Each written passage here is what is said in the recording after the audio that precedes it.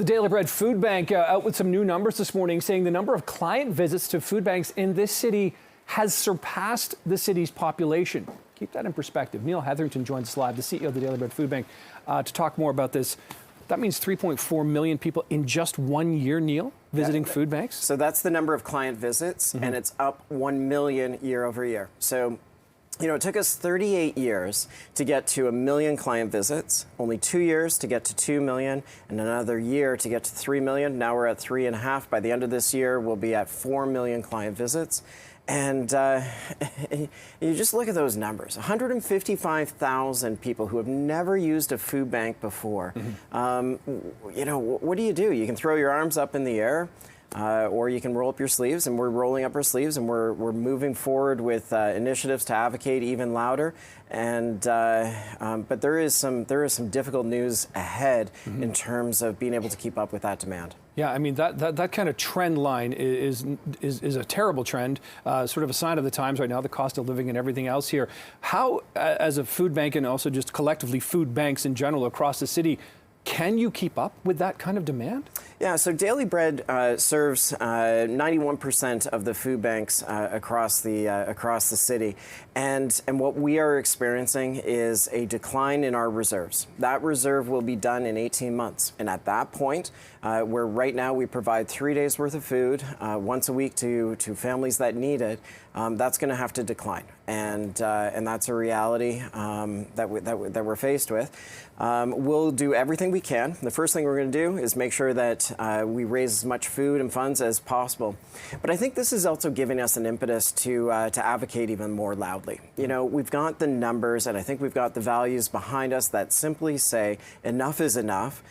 We can build decent, affordable housing if we put our minds to it, and we can increase income supports for people on disability who chronically need the Daily Bread Food Bank. It's interesting. I think the public is on your side, but it seems politicians are slow to kind of pick up that piece of this, and it's an essential piece, isn't it, right? I mean, the idea of increasing support, building, homes that are much more affordable, things like that. What is it that you're finding in conversations with government that seem to be the stumbling blocks or roadblocks to getting to that level where that could help so many people and then help you do what you're doing?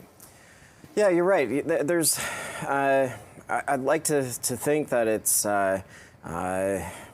there's a lack of leadership and courage to make those difficult decisions because they are financial decisions. You're talking about resource allocations.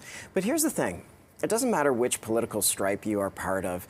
Everybody agrees that everybody should have a right to food. Everybody should be able to survive without having to make use of the Daily Bread or any food charity. And so, so my hope is that they'll hear the message.